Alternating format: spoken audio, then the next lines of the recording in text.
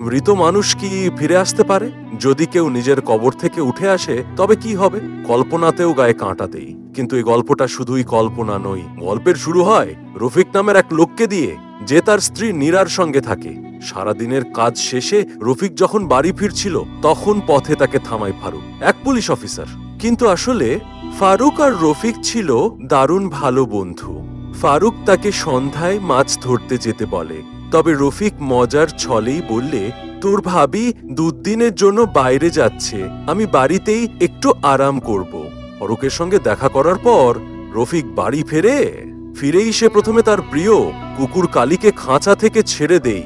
তারপর সে গিয়ে নীরার সঙ্গে দেখা করে। সে নীরাকে জানায় এক কাস্টমার তার ব্যবসায়ীদের $1 মিলিয়ন দিতে চাই, কিন্তু রফিক এই প্রস্তাব একদমই গ্রহণ করতে চায় না।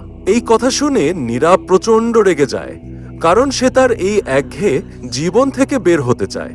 সে চায় সব ছেড়ে শহরে গিয়ে নতুনভাবে জীবন শুরু করতে। কিন্তু এই কথায় রফিক প্রচন্ড বিরক্ত হয়ে যায়, কারণ সে নিজেও শুধু নীরার জন্যই নিউ ইয়র্ক ছেড়ে এখানে এসেছে। সেই সন্ধ্যায় রফিক যখন ফারুকের সঙ্গে দেখা করতে যায়, তখন ফারুক রফিকের মুখে একটা অদ্ভুত উদাস ভাব দেখতে পায়। ফারুক জিজ্ঞেস করতেই সে বলতে শুরু করলো তার আর নীরার সম্পর্ক নিয়ে যত সমস্যা চলছে তার সব কথা। ওদিকে নীরা তখন ডক্টর মিলনের বাড়িতে ছিল। শুধু তাই নয়, তার সঙ্গে নীরার সম্পর্কও ছিল। নীরা আগেই সিদ্ধান্ত নিয়ে ফেলেছিল যে সে রফিককে তালাক দেবে, কিন্তু মিলনের মতে তালাক নয়, রফিককে সরিয়ে দেওয়াই ভালো। এই কাজের জন্য সে একটা বিশেষ ধরনের বিষ তৈরি করেছিল। এই বিষ শরীরে গেলেই হৃদয়ন্ত্র বন্ধ হয়ে যাবে, আর সেটা হবে একদম স্বাভাবিক হার্ট অ্যাটাকের মতো। কিন্তু নীরা পুরোপুরি প্রস্তুত ছিল না। তাই মিলন তাকে বিষের একটা ছোট শিশি হাতে দিয়ে বলল, আরেকবার ভাবো, বাড়ি ফিরে নীরা সেই শিশিটা ডাস্টবিনে ফেলে দেই। কিছুক্ষণ পরেই রফিক বাড়ি ফেরে। সে জানায় আগামী কয়েকদিন সে ওয়ার্কশপেই কাজ করবে। তারপর কিছু না বলে সে কাজে চলে যায়। কিন্তু ওয়ার্কশপের আওয়াজ নীরার সহজ ছিল না। তাই বিরক্ত হয়ে সে ডাস্টবিন থেকে ওই বিষের শিশিটা বের করলো এবং রফিকের ওয়াইনে মিশিয়ে দিল। কিন্তু হঠাৎ করেই রফিক সেখানে এসে পড়ল। সে কিছু বোঝার আগেই 2 গ্লাস ওয়াইন তুলে টেবিলে রাখলো। এখন নীরা নিজেই কনফিউজড হয়ে গেল। সে ঠিক কোন গ্লাসটায় বিষ মিশিয়েছিল। এবার সে চুপচাপ বসে রইল, শুধু অপেক্ষা করতে লাগলো রফিক কখনো আইন শেষ করে। কথার মাঝেই হঠাৎ রফিকের বুকে তীব্র ব্যথা শুরু হলো। সে কষ্টে চিৎকার করতে লাগলো। কয়েক মুহূর্তের ভেতরেই সে নিস্তেজ হয়ে পড়ল। নীরা তড়িঘড়ি ডক্টর মিলনকে ফোন করলো। কিছুক্ষণ পর ফারুক তার অফিসারদের নিয়ে সেখানে এসে হাজির হলো। সঙ্গে ছিল মিলনও। ফারুক পুরো ভেঙে পড়ল। এত হঠাৎ করে রফিকের মৃত্যু তাকে সন্দেহে ফেলে দিল। সে পোস্টমর্টেম করতে চাইল, কিন্তু মিলন কথার মারপ্যাঞ্চে তাকে বুঝিয়ে এই সিদ্ধান্ত থেকে বিরত রাখল। এরপর রফিকের মরদেহ মর্গে পাঠানো হয়। কিন্তু একটা অদ্ভুত ব্যাপার ঘটল। মৃতদেহ তখনও সামান্য নড়ছিল। পরদিন সকালে মিলন মর্গে ফোন করে জানায় নীরা চায় রফিকের শেষকৃত্য দ্রুত ও কম খরচে সেরে ফেলতে। তাই সে রফিকের জন্য সবচেয়ে সস্তা ভাঙাচোরা এক কফিন বেছে নিল। রফিকের শেষকৃত্যের সময় একটা অদ্ভুত ব্যাপার ঘটল। তার প্রিয় কুকুর কালী এক দৃষ্টিতে কবরে তাকিয়ে একটানা ঘেউ ঘেউ করছিল। রাতের বেলা। যখন নীরা আর মিলন একসঙ্গে সময় কাটাচ্ছিল তখনও কালী থামছিল না, যেন কিছু একটা বুঝতে পারছিল। বিরক্ত হয়ে নীরা রফিকের বন্দুক বের করলো। সে ঠিক করলো কালীকে গুলি করে দেবে, কিন্তু যেই না সেই পিঞ্জর খুললো, কালী সেখান থেকে দৌড়ে বেরিয়ে গেল। সে সোজা ছুটে গেল শ্মশান ঘাটে, রফিকের কবরের কাছে। সেই রাতে মুষলধারে বৃষ্টি পড়ছিল। বৃষ্টির পানিতে মাটি আলগা হয়ে গিয়েছিল, ফলে পানি ঢুকে যাচ্ছিল রফিকের কবরের ভেতর। এক ফোঁটা ঠান্ডা পানি পড়ল রফিকের মুখে। আর ঠিক তখনই সে হঠাৎ জেগে উঠল। নিজেকে কবরের ভেতর দেখে প্রথমে সে আতঙ্কে চিৎকার করতে লাগলো। তারপর পাগলের মতো কফিন ঠেলে বাইরে আসার চেষ্টা করলো। অবশেষে অনেক চেষ্টার পর সে তার কবরের মাটি ভেদ করে বাইরে বেরিয়েই এলো।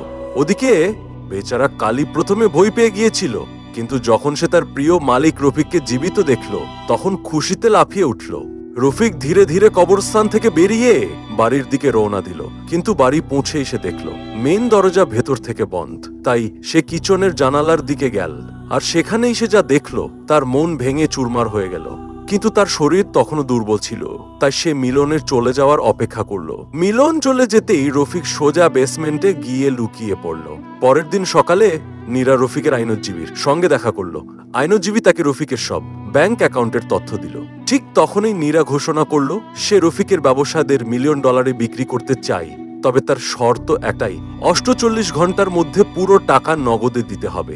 ওদিকে রফিক যখন জ্ঞান ফিরে পেল তখন তার শরীর ছিল ভীষণ দুর্বল। সে কিচেনে গিয়ে এক গ্লাস পানি খেলো এবং নিজেকে সামলানোর জন্য একটু খাবার খুঁজতে লাগলো। কিন্তু তখনই নীরার বাড়ি ফেরার শব্দ পেল। সে তাৎক্ষণিকভাবে আবার বেসমেন্টে লুকিয়ে পড়ল। তবে এবার তার হাতে ছিল নিজের বন্দুক। সে ঠিক করে ফেলল এই বিশ্বাসঘাতক স্ত্রীকে সে নিজ হাতে হত্যা করবে। কিন্তু তার পরিকল্পনা বাস্তবায়িত হওয়ার আগেই ফারুক সেখানে এসে হাজির হলো। আসলে ফারুক বাড়ির বাইরে লাগানো ফোর্সে বোর্ড নিয়ে জানতে এসেছিল। ঠিক তখনই মিলনও সেখানে এসে পৌঁছালো। ফারুকের সন্দেহ এই রাতে সে মিথ্যা বলে। ফারুক চলে গেলে নীরা উত্তেজিত হয়ে মিলনকে বলল, আমাদের দ্রুত শহর ছেড়ে পালিয়ে যেতে হবে। ফারুক আমাদের নিয়ে সন্দেহ করছে। কিন্তু মিলন তাকে শান্ত থাকতে বলল, আরেকটা দিন অপেক্ষা করব, কারণ ব্যবসা বিক্রির টাকা তারা পরের দিনেই হাতে পেতে চলেছে। এরপর সে নীরাকে তার অতীত মনে করিয়ে দিল। মনে আছে তুমি যখন গর্ভবতী হয়েছিলে তখন আমি তোমার গর্ভপাতের ব্যবস্থা করেছিলাম যাতে তোমাকে রফিকের সঙ্গে থাকতে না হয়। এই কথা শুনে রফিকের হৃদয় টুকরো টুকরো হয়ে গেল। শুধু তাকে মেরে ফেলার পরিকল্পনায় করেনি, তার নিজের সন্তানকেও বাঁচতে দেনি ওরা। এখন রফিক সহজ মৃত্যুর উপহার দেবে না, সে প্রতিশোধ নেবে। পরের দিন সকাল ফারুক তার অফিসারদের নিয়ে কবরস্থানে গেল। কিন্তু যা দেখল তা দেখে তার চোখ বিস্ফারিত হয়ে গেল। রফিকের কবর ফাঁকা, মাটি খোঁড়া, আর কফিনের ভেতরে কোনো লাশ নেই। ফারুক তার অফিসারদের কঠোরভাবে নির্দেশ দিল, এই খবর বাইরে যাবে না, আগে আমি নিজের মতো করে তদন্ত করব। ওদিকে কিছু লোক নগদ টাকা নিয়ে নীরার কাছে এলো। তারা রফিকের ব্যবসা কিনে নিল। এখন সব টাকা হাতে আর শহর ছেড়ে পালানোর পরিকল্পনা তৈরি। এদিকে নীরা স্নানের জন্য বাথরুমে গেল। কিন্তু সেখানে যা দেখলো তাতে তার শরীর হিম হয়ে গেল। বাথরুমের মেঝে জুড়ে ছড়িয়ে আছে কাদা আর মাটি, যেন কেউ মাটির নিচ থেকে উঠে এসে এখানে ঢুকেছে। ভয়ে সে তাৎক্ষণিকভাবে মিলনকে ফোন করলো, কিন্তু মিলন ফোন তুলল না। আতঙ্কিত হয়ে নীরা দ্রুত একটি ভয়েস নোট পাঠিয়ে দিল। তারপর সে ভাবলো নিজেকে রক্ষা করার জন্য একটা বন্দুক নেওয়া দরকার। সে বেসমেন্টের দিকে যেতে লাগলো, কিন্তু তখনই কালি আবার একটানা ঘেউ ঘেউ করতে শুরু করলো। কালির সেই অশান্তিকর চিচিকারে বিরক্ত হয়ে নীরা ক্ষিপ্ত হয়ে গেল। সে রাগে গর্জে উঠল, তুই চুপ করবি নাকি তোকে এবার সত্যি সত্যি মেরে ফেলবো। সে ট্রিগার টানার আগেই রফিক তার সামনে এসে দাঁড়ালো, মুখে একটা ভয়ঙ্কর মাস্ক। তাকে দেখে নীরা আতঙ্কে ট্রিগার চেপে দিল। বন্দুকের রিকয়েলের ধাক্কায় সে সরাসরি বেসমেন্টের সিঁড়ি থেকে পড়ে গেল, সাথে সাথে অজ্ঞান হয়ে গেল। রফিক তাকে বেসমেন্টে আটকে রাখলো। তারপর বাড়ির সমস্ত দরজা জানালা বন্ধ করে দিল। ওদিকে মিলন ইতোমধ্যেই আরেকটা ভয়ঙ্কর বিষ প্রস্তুত করেছিল। সে নীরার বাড়িতে পৌঁছেই তাকে ডাকতে লাগলো, কিন্তু কোনো সাড়া নেই। তখন সে ঘরে ঢুকে দেখলো বিছানার উপর টাকা ভর্তি ব্যাগ রাখা। এদিকে নীরা বেসমেন্টে বসে মিলনের কণ্ঠস্বর শুনতে পেল। তখন তার মনে হলো হয়তো মিলনই আমাকে বই দেখিয়েছে। সে তাড়াতাড়ি সিঁড়ির নিচে লুকিয়ে পড়ল। মিলন বেসমেন্টে ঢুকতেই নীরার পেছন থেকে তার উপর ঝাঁপিয়ে পড়ল। সংগ্রামের মধ্যে মিলনের হাত থেকে বিসুবুরা ইঞ্জেকশন মাটিতে পড়ে গেল। নীরা তখন দ্রুত সিঁড়ি বেয়ে উঠে আসতে লাগলো, কিন্তু ঠিক সেই মুহূর্তে বেসমেন্টের দরজা বন্ধ করে দিল। তখনই ওরা বুঝতে পারলো এই বাড়িতে শুধু আমরা দুজনেই নেই। এখন ওদের একটাই কাজ, যে কোনোভাবে বেসমেন্ট থেকে বেরিয়ে আসতে হবে। কিন্তু এটা মোটেও সহজ নয়। ওদিকে রফিক পুরো বাড়ির চেহারা বদলাতে শুরু করলো। কিছুক্ষণ পর মিলনের মনে হতে লাগলো হয়তো ফারুকি এসব করছে আমাদের টাকা হাতিয়ে নেওয়ার জন্য। কিন্তু ঠিক তখনই নীরার চোখ পড়ল মাটিতে পড়ে থাকা সেই ইঞ্জেকশনের দিকে। তারপরে তার মাথায় সব পরিষ্কার হয়ে গেল। মিলন আমাকেও মেরে ফেলতে চেয়েছিল, কারণ সে একাই সব টাকা চাইছিল। নীরার আগে ফুঁসতে লাগলো। সে মিলনকে সরাসরি জিজ্ঞাসা করলে, তুই কি আসলেই আমার সাথে ছিলি নাকি প্রথম থেকেই আমাকে বোকা বানাচ্ছিস? মিলন একটা ঠান্ডা হাসি দিয়ে উত্তর দিল, সত্যি বলতে আমার কোনো ক্লিনিকই ছিল না। আমি শুধু তোকে ঠকিয়ে টাকা নিয়ে আমার ঋণ শোধ করতে চেয়েছিলাম। এটা শুনে নীরার মাথা ঘুরে উঠল। তার রাগ আর সহ্য হলো না। সে মিলনের ওপর ঝাঁপিয়ে পড়ল, কিন্তু মিলন শক্ত হাতে তার হাত ধরে ফেলল। সে নীরাকে জোর করে সেই বিষের ইঞ্জেকশন দেওয়ার চেষ্টা করলো। ঠিক তখনই বেসমেন্টের দরজা হঠাৎ করে খুলে গেল। এদিকে নীরা দ্রুত মিলনকে বোঝালো, এই ইঞ্জেকশনটা নষ্ট করিস না, আমাদের টিকে থাকতে হবে, আমাদের বেরোতে হবে। অবশেষে ওরা যখন বেসমেন্ট থেকে বেরিয়ে এলো তারা হতবাক হয়ে গেল। পুরো বাড়ির চেহারা বদলে গেছে। এটা একটা সাধারণ বাড়ি নই, এখন যেন একটা ভয়ঙ্কর গোলকধাঁধে। নীরা আর মিলন এদিক ওদিক পথ খুঁজতে লাগলো, কিন্তু হঠাৎ তাদের মাঝে একটা দেওয়াল উঠে এলো। দুজন একে অপর থেকে আলাদা হয়ে গেল। এদিকে মিলন একটা খোলা দরজার সামনে দাঁড়িয়ে দেখলো সেখানে একটা ছামূর্তি। সে ভাবল হয়তো একটা ফারুক।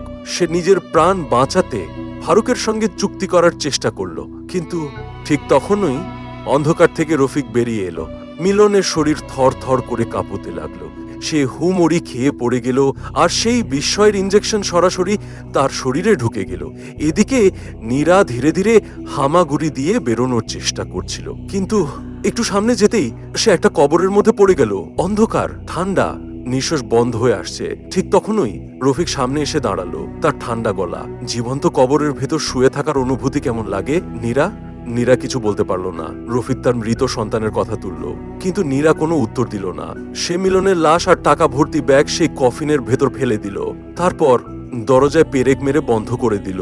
কিন্তু এটা শেষ নয়। রফিক বাড়ির চারপাশে পেট্রোল ছিটিয়ে দিল, তারপর আগুন ধরিয়ে দিল পুরো বাড়িতে। চারদিকে আগুনের লেলিহান শিক্ষা। রফিক কালীকে নিয়ে কফিনস গাড়িতে উঠল, আর ধোয়ার ভেতর দিয়ে এক অজানা গন্তব্যের দিকে চলে গেল। অন্যদিকে ফারুক তড়িঘড়ি রফিকের বাড়িতে ছুটে গেল, কিন্তু সে যা দেখল তাতে তার শরীর শিউরে উঠল। সারা বাড়ি আগুনের লেলিহান শিখাইজ বলছে। সে দ্রুত অ্যাম্বুলেন্স ডাকলো। কিছুক্ষণ পর আগুন নিভল, কিন্তু সেখানে কোনো লাশ পাওয়া গেল না। ফারুকের মনে শত প্রশ্ন। এটা কিভাবে সম্ভব? রফিক তাহলে কোথায়? তখনই সে দ্রুত কবরস্থানের দিকে দৌড় দিল, আর ঠিক তখন সে দেখতে পেল রফিকের কবরের পাশে দাঁড়িয়ে আছে একজন। ফারুক সহসা আটকে গেল। সে ধীরে ধীরে সেই রহস্যময় ব্যক্তির সামনে গেল, আর তখনই আলোয় ভেসে উঠল চেহারাটা। এটা ছিল রফিক। ফারুক অবাক হয়ে তার দিকে তাকালো, তারপর ফিসফিসিয়ে বলল, এখনো সময় আছে, শহর ছেড়ে চলে যাও রফিক।